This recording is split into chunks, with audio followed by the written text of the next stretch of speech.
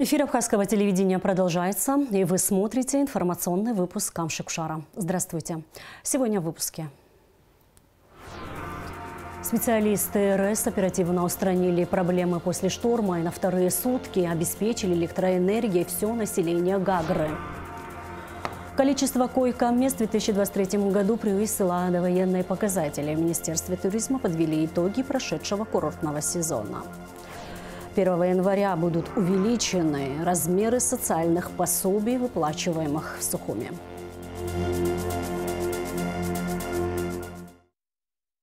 Есть свет, но нет воды. Гагра восстанавливается после стихии. Специалисты РЭС оперативно устранили проблемы на вторые сутки, обеспечили электроэнергией все население Гагры. За счет чего удалось избежать серьезных аварий на подстанциях и электросетях, а также о том, на каком этапе восстановления подачи питьевой воды, в репортаже Асиды Малия. Автоцистерна МЧС Гагры движется к многоэтажному дому в районе кемпинга, где, как и во всем городе, вторые сутки нет воды. Какую-то часть привезенной воды переливают в резервуары, установленные в подвалах самими жильцами, а кто-то в торопях идет к машине со своей тарой, пластиковыми бутылками. Спасатели МЧС привозят воду из Ольгинского источника. По словам начальника штаба пожарно-спасательного отряда по охране Гагрского района Давида Агарба, для обеспечения горожан водой задействовано 4 спецмашины. Чтобы обеспечить жителей одного подъезда многоэтажного дома, машины совершают по 2-3 рейса в течение суток. А таких многоэтажных домов в Гагре десятки. В это время затопленную насосную станцию ремонтируют. Засыпанные песком агрегаторы расчистили. Теперь они на стадии просушивания. На насосной станции, которую затопило, были вытащены насосы, промыли их после подтопления соленой водой, и они в данный момент сушатся. Постоянно проверяют на влажность. Как высушим моторы, мы будем их собирать и подключать. Ориентировочно в пятницу мы попробуем запустить их. Посмотрим, очень надеемся, что все будет нормально. Также там была повреждена высоковольтная линия, которая снабжает насосную станцию электроэнергией. Она тоже восстанавливается, сегодня к вечеру ее восстановят. То есть к пятнице я планирую, что вода пойдет в городе. О ситуации с подачей электроэнергии можно говорить в позитивном ключе. Если в первые сутки после стихии был обесточен весь центр, на второй день энергетики устранили неполадки. Были подтоплены практически все подстанции, находящиеся в зоне досягаемости волн. Однако ни один из трансформаторов, находящихся на территории Гагры, не вышел из строя. Но главной проблемой стал выход из строя высоковольтной линии, из-за чего пришлось отключать 4 высоковольтных фидера. Вчера вечером уже заметно было. Ветер до такой степени поднялось, море начало штормить. Все наши работники, все дежурили на работе. Я дал команду всем дежурным по подстанциям, если в случае чего сильный ветер, отключите все подстанции, все фидера, которые выходят. Ну, мы созванивались, мы все на работе были, мы готовы были. Вот что можно было отключить, сразу отключили. Но где сильно затопило. Нам очень помогло. Мы вовремя смогли почистить вот эти трассы, деревья, вот эта очистка. Вот что мы сделали, очень сильно помогло нам. Если чистки не было бы, такой ветер был, я не знаю, что здесь было. Нужно отметить, что энергетики, прежде чем подать электричество, осушили подстанции, конечно же, подвалы многоэтажных домов. По Гагрскому району работают всего 5 бригад энергетиков. Благодаря их скоординированной работе удалось избежать аварийных отключений и обеспечить горожан электричеством уже на второй день. Единственный объект, который сейчас отключен от подачи электричества, это Амза-парк-отель. До сих пор без электричества мы просто откинули его, Там до сих пор они не убрали, затоплено. Вот когда мы ждем их команды, это их территория, когда они почистят, когда они скажут включите, мы включим. Стихия в основном затронула прибрежье центральной части. Повсеместно ведутся работы по расчистке от мусора и песка. Полуразрушенные объекты на фоне спокойного моря рисуют нелогичную картину. Море вернулось в свои берега, оставив за собой много проблем и забот, которые, к счастью, решаемы. Асида Малия, Алексей Гухава, Абхазское телевидение. Около 1 300 000 человек посетили Абхазию в нынешнем году. В Министерстве туризма подвели итоги прошедшего курортного сезона. Как всегда, самыми востребованными местами посещения остаются Новоафонская пещера и Рицинский национальный парк. О прогнозах на новогодний отдых, новых экскурсионных маршрутах, борьбе с гидами-нелегалами, аттестации экскурсоводов и развитии туризма в восточной части Абхазии в репортаже Гугоцы Вардания. За 2023 год Абхазию посетили более 1 миллиона человек. В объектах размещения отдохнули порядка 300 000. Количество участников экскурсий, согласно проданным билетам, составило почти 940 000 человек. Наиболее востребованными маршрутами у приезжающих гостей из России стали Золотое кольцо Абхазии и термальный источник. Самыми популярными местами посещения по-прежнему остаются Новоафонская пещера и Рицинский национальный реликтовый парк. Рицинский реликтовый национальный парк посетило на сегодняшнее число, то есть 28.11.23, 572 737 человек. Новоафонскую пещеру имени Гивисмыр посетило 385 000 человек. С 1 января по 1 ноября объем налоговых платежей в сфере туризма составил 942,8 миллионов рублей, в том числе от деятельности юридических лиц 633,3 миллиона рублей, ИП и частного сектора 109,5 миллионов рублей. Анализируя показатели прошлого года, в 2023 году увеличилась собираемость налогов и стало больше объектов размещения. Мы превысили показатели времен Советского Союза. В Советском Союзе в Республике Абхазия было около 44 000 койко-мест. На сегодняшний день у нас в республике 46 970 койко-места. И количество объектов размещения составляет 1052 объекта на сегодняшний день. В этом году в Сухумский порт начал курсировать круизный лайнер «Князь Владимир». Он привез в республику 1300 человек. Хорошие показатели и у Абхазской железной дороги. В данный момент идет подготовка к новогодним праздникам. Ежегодно на новогодние каникулы сюда приезжают отдыхать семьями. На новогодние праздники предстоящие бронь составляет до 60% на данный момент. Я думаю, ближе к праздникам бронь она увеличилась, потому что сегодня бронирование у нас сократилось. Если раньше глубина бронирования составляла до 2 недель, там больше месяца, то на данный период люди бронируют от 3 до 5 дней предстоящий свой отдых. Прошедший туристический сезон, согласно данным, полученным от МЧС, в Абхазии было зарегистрировано 20 несчастных случаев с иностранными гражданами, прибывшими в республику на отдых. Это несчастный случай. Потерялся в лесу, погибло около 4 человек. Да, 4 да, но вы знаете, что в этом году министерством был издан приказ на территории Рицинского реликтового парка.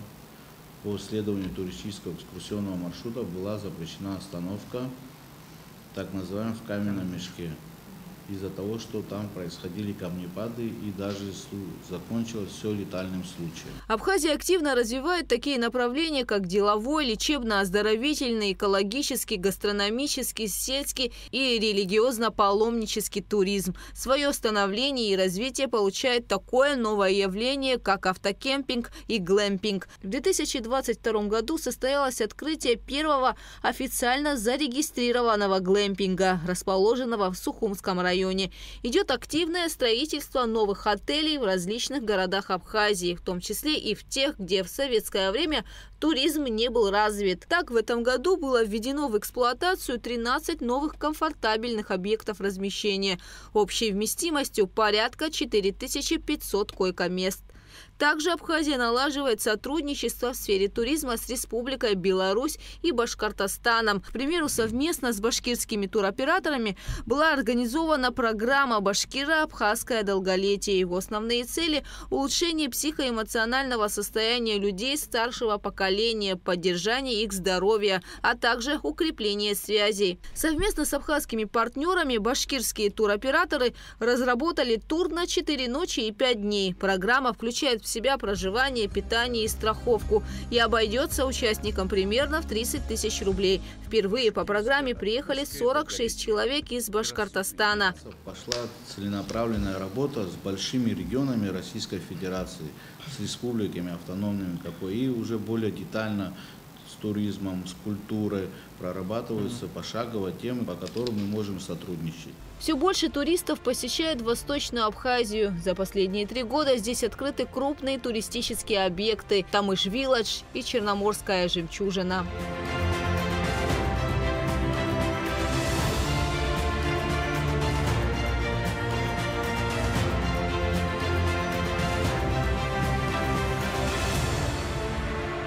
В последнее время в республике российские съемочные группы снимают передачи, посвященные живописным и историческим уголкам нашей страны. Министерством туризма республики ежегодно проводится аттестация экскурсоводов, гидов-перевозчиков и инструкторов по туризму. Выдается соответствующее разрешение на ведение экскурсионной деятельности согласно квалификации. В 2023 году количество аттестованных экскурсоводов составило 460 человек. С января по октябрь 2023 года отделом контроля за осуществлением туристской деятельности и координационной работы Минтуризма совместно с сотрудниками правоохранительных органов выявлено 36 гидов-нелегалов. Только 5 из них оплатили штраф в бюджет Абхазии за введение экскурсионной деятельности без разрешительных документов. Проверки на наличие экскурсионных путевок единого образца и нагрудного знака бейджа, выданного согласно реестру Минтуризма, проводились на территории Новоафонского монастыря, на въезде в Рицинский реликтовый национальный парк, в Сухумском ботаническом саду, на нескольких постах ГАИ по республиканской трассе. Гугут Савардания, Раму Камки, Абхазское телевидение. Увеличенные размеры социальных пособий, выплачиваемых в Сухуми. С 1 января многодетные семьи будут получать от 1000 до 2000 рублей за каждого ребенка в зависимости от количества детей в семье. Такое решение принято на заседании городского собрания. Депутаты также приняли в первом чтении бюджет Сухума на следующий год. Ожидается, что доходы столичного бюджета вырастут на 220 миллионов рублей. Шазина Ханагуа расскажет детали. На повестке очередного заседания Сухумского городского собрания 6 вопросов. Первым депутаты рассмотрели постановление об установлении тарифов на услуги арендной платы за 1 квадратный метр, оказываемые управлением здравоохранения. Устанавливаем тариф не менее 500 рублей. Это тариф означает, что более он быть может.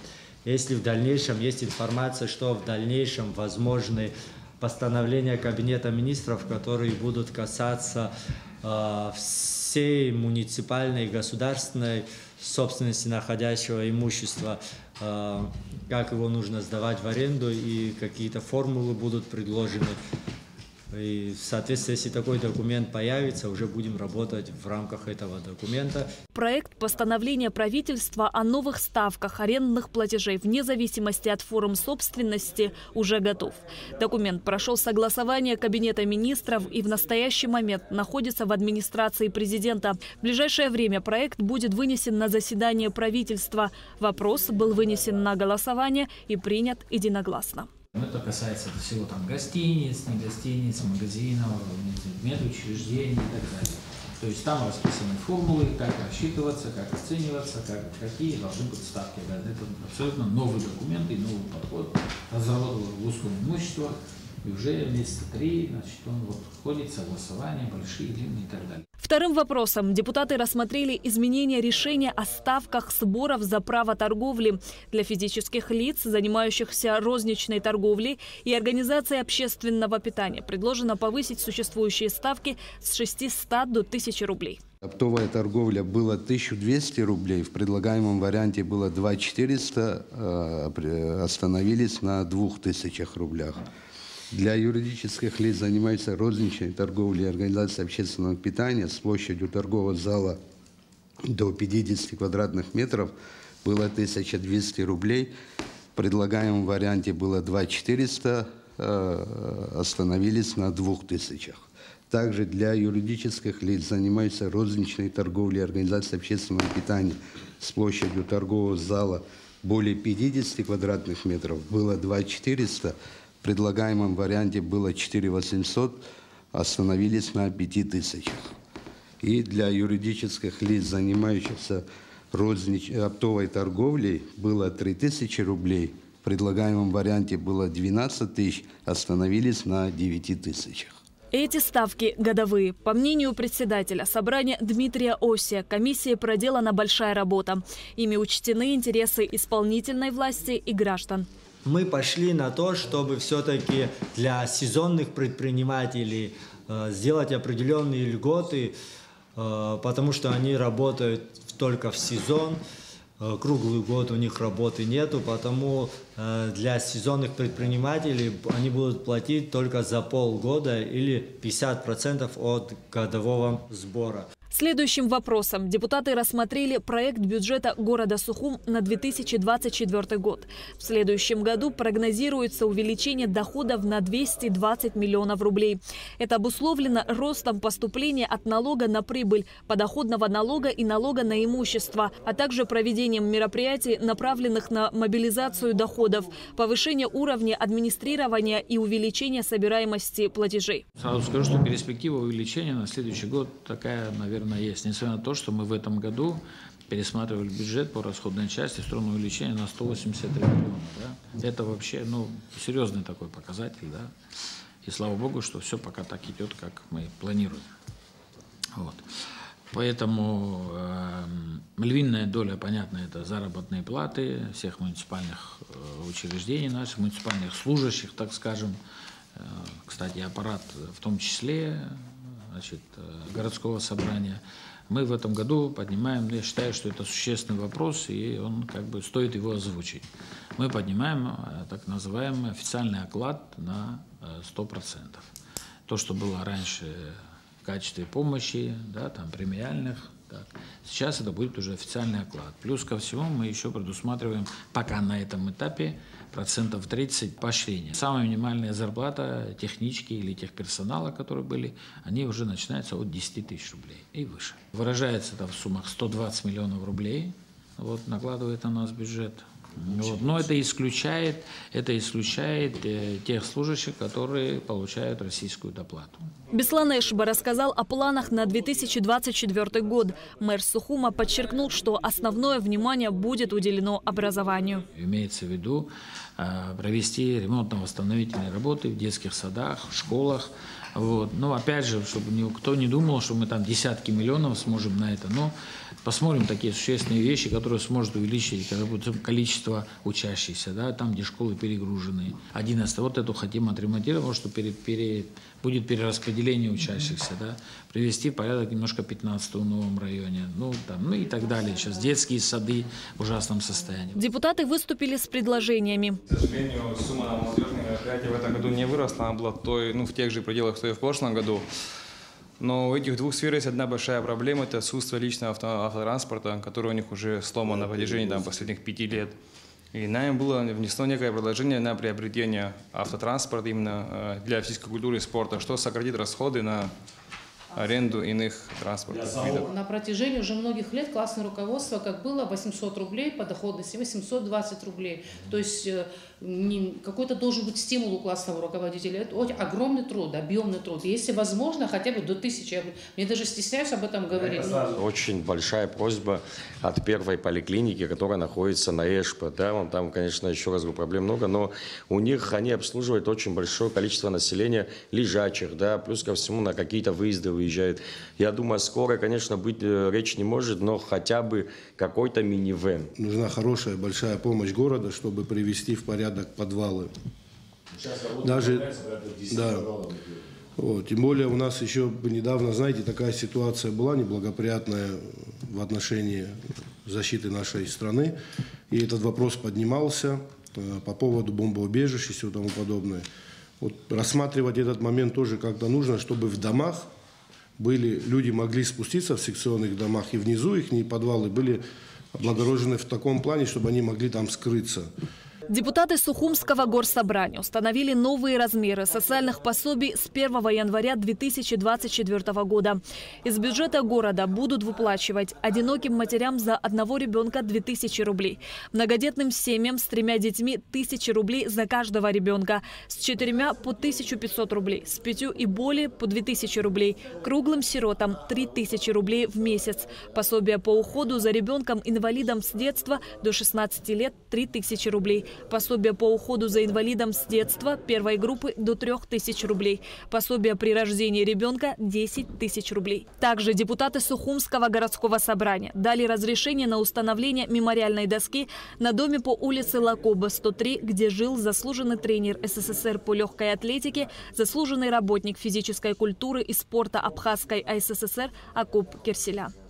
Шазина Ханагуа, Тимур Гугохия, Нарсоуцулукия, Абхазское телевидение. МВД Абхазии проводит мероприятия по недопущению и выявлению фактов самовольной вырубки хвойных деревьев и их незаконной реализации. Об этом в материале пресс-службы МВД. Сотрудники органов внутренних дел проводят комплексные мероприятия, направленные на недопущение выявления фактов самовольной вырубки хвойных деревьев и их незаконной реализации. Буквально с конца ноября лесные браконьеры с целью личной наживы уничтожают молодые насаждения пихты и ели, представляющих природоохранную ценность республики. Уважаемые граждане Республики Абхазия, просим вас обратить внимание на то, что в преддверии новогодних праздников учащаются случаи незаконной порубки хвойных деревьев породы пихта, в связи с чем сотрудниками органов внутренних дел по Гагарскому району на данный период времени проводятся ежедневные профилактические мероприятия, направленные на пресечение преступлений, связанных с незаконной порубкой хвойных деревьев. На 29 ноября 2023 года в лесном массиве горы Мамзыч Гагарского района сотрудниками милиции выявлено 3 факта противоправных деяний данного характера. Материал по факту незаконной вырубки хвойных деревьев в отношении нарушителей, а это житель города Сухумчхиидзе Гембер Гивевич, проживающий в городе Гудаута Цвей Бадами Валикович и житель села Лыхных Халваш Аляс Нуревич, направлен в орган предварительного расследования. 64 уничтоженных дерева ценной породы складированы в Гагарском УВД. Автомобили поставлены на штрафстоянку. Кроме того, по дороге на гору Мамзычка выставлен контрольно-пропускной пункт, на котором несут круглосуточное дежурство сотрудники управления внутренних дел по Гагарскому району совместно с инспекторами, экологами и лесниками Гагарского района для предотвращения незаконной порубки хвойных деревьев. Контрольно-пропускной пункт работает круглосуточно. Сотрудники милиции ведут учет и проверку въезжающего транспорта, проводят предупредительно-профилактические беседы с целью недопущения вырубки хвойных деревьев. За незаконную порубку растений, представляющих природоохранную ценность, законодательством Республики Абхазия предусмотрена уголовная ответственность. Также необходимо отметить, что в 2022 году сотрудниками управления внутренних дел по Гагарскому району за незаконную порубку хвойных деревьев породы пихта были задержаны граждане Республики Абхазия, в связи с чем по данным фактам следственным отделом управления внутренних дел по Гагарскому району было возбуждено 4 уголовных дела по статье 257 Уголовного кодекса Республики Абхазия в отношении 9 граждан Республики Абхазия, которые совершали преступления группой лиц по предварительному сговору. В общей сложности нашими гражданами было незаконно порублено более 300 хвойных деревьев породы пихта. Действиями нарушителей лесному фонду был причинен ущерб в крупном размере. По указанию министра внутренних дел Роберта Кьют с целью пресечения фактов самовольной вырубки хвойных деревьев в Государственном лесном фонде, парках, скверах и их незаконной реализации сотрудники районных подразделений МВД Абхазии в декабре текущего года проведут серию специальных рейдовых выездов по всей территории республики. Лица, занимающиеся заготовкой и торговлей хвойными деревьями без соответствующих документов, будут привлекаться к ответственности. Также сообщаем, что на территории Республики Абхазия запрещена продажа срезанных хвойных деревьев породы пихта. В случае выявления подобных фактов лица, осуществляющие продажу срезанных хвойных деревьев, будут подвергнуты административному штрафу с конфискацией срезанных деревьев. За данное деяние, а именно незаконную порубку хвойных деревьев породы пихта, наступает уголовная ответственность в виде лишения свободы сроком до 5 лет. Победителем режиссерской лаборатории «Сандро» стал эскиз «Пастух Махас» постановки Олеси Невмержицкой. Его отобрали по итогам зрительского голосования и оценок экспертного совета. В Росдраме завершила работу режиссерская лаборатория «Сандро» по произведениям всемирно известного писателя, поэта, философа Фазиля Искандера. Для участия в театральном эксперименте в Русский театр были приглашены 3 российских режиссера. Они должны были за 3 дня вместе с актерами Росдрама поставить спектакль. Полноценный спектакль «Пастух Махас», поставленный на основе эскиза, создадут в 2024 году. 30 ноября в Абхазской государственной филармонии состоится гала-концерт «Созвездие талантов» с участием лауреатов мероприятий, проведенных Республиканским центром народного творчества имени Кортуа в этом году. Начало концерта в 18 часов. А 1 декабря абхазский зритель познакомится с музыкой Мурата Кабардокова, молодого успешного автора, победителя конкурса композиторов «Партитура», народного артиста Кабардино-Балкарской республики, заслуженного деятеля искусства Адыгеи. Совместно с Кабардоковым выступит клевер-квартет из Санкт-Петербурга. Музыканты записали десятки альбомов и саундтреков к различным фильмам и спектаклям. Являются лауреатами международных конкурсов. Представляла Россию в прошлом году на престижном фестивале струнных квартетов во Франции. А сейчас прогноз погоды. По сообщению Гидромедцентра, 30 ноября на территории Абхазии ожидается облачная погода, временами дождь и гроза. В предгорьях дождь со снегом, в горах снег. Температура воздуха ночью плюс 4,9, днем плюс 7-12 градусов. Температура морской воды плюс 15 градусов. И на этом наш выпуск завершен. Всего вам доброго и до встречи в эфире.